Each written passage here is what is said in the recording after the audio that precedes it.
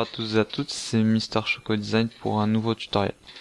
Donc ce tutoriel, je vais le présenter à la FC Tuto FR car ils avaient pas mal apprécié mon premier tutoriel sur le paramétrage d'un rendu Cinema 4D en HD 720p plus rapide sans le logiciel.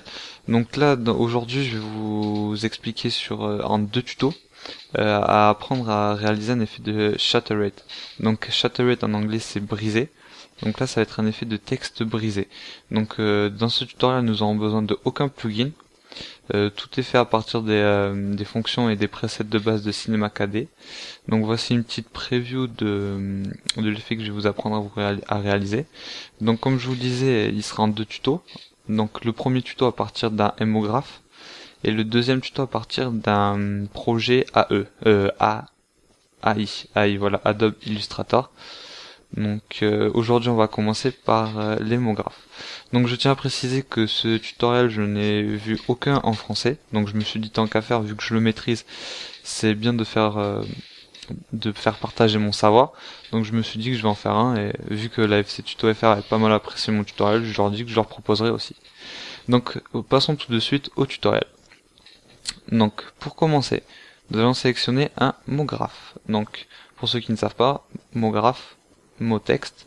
Moi j'ai déjà préparé mon second MoGraph, il est là. Hop.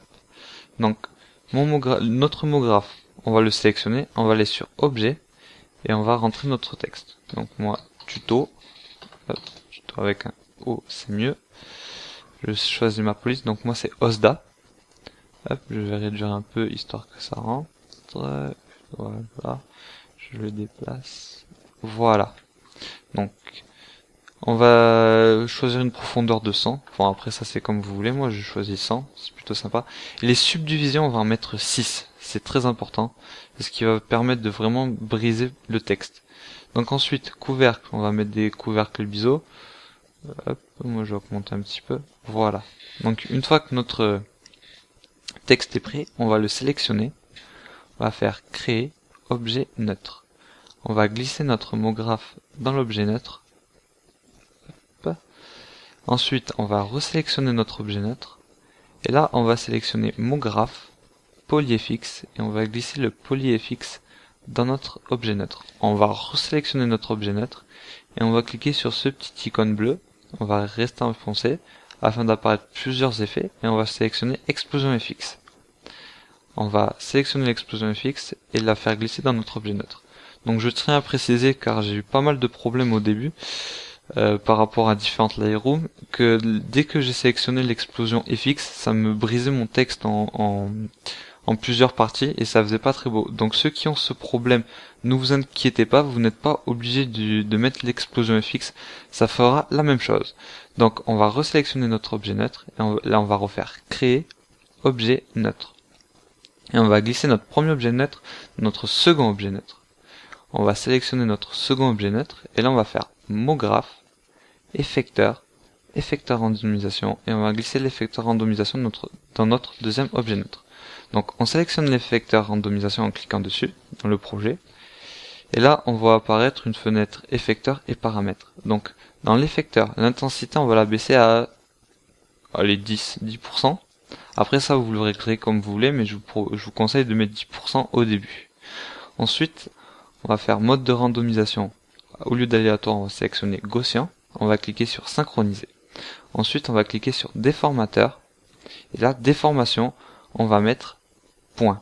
Donc, comme vous pouvez déjà le constater, ça commence à se briser un petit peu. Mais c'est pas vraiment très joli. Hop, je vous fais un petit preview. Hop. Allez.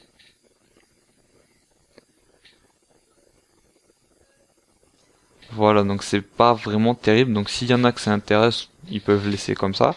Sinon, je vais vous apprendre à faire le même effet que je vous ai montré au début. Donc on va resélectionner notre objet neutre numéro 2, on va faire créer objet neutre, et on va glisser notre deuxième objet neutre dans notre troisième objet neutre.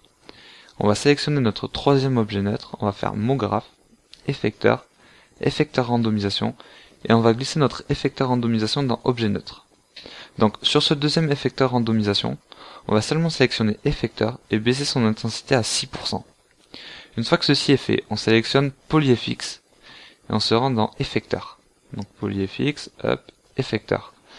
Une fois qu'on est là, on sélectionne notre deuxième effecteur randomisation qu'on a glissé dans notre objet de notre numéro 3, pardon, et on va le glisser dans PolyFX. Voilà, une fois que c'est glissé, on lance la preview.